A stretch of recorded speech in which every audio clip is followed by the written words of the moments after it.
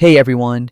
In this video, I'll show you how to use the Walmart app, from browsing products to placing an order for pickup or delivery.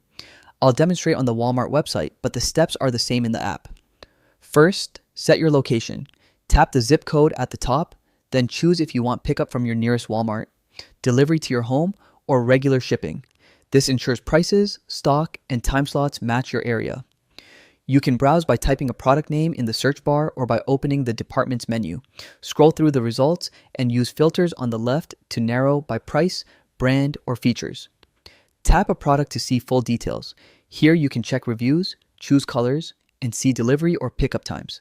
Scroll down for specifications and warranty options. When you're ready, select your options and tap Add to Cart. Walmart may offer protection plans or services. You can add these or skip them. You can continue shopping or go straight to your cart.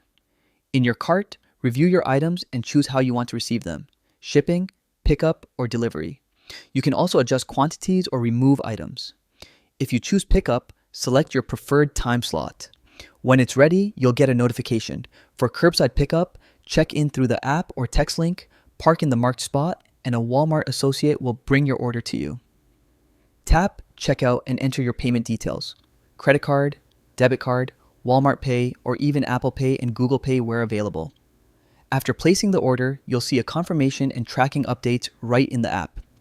And that's how you use the Walmart app to shop, pick up, or get your items delivered.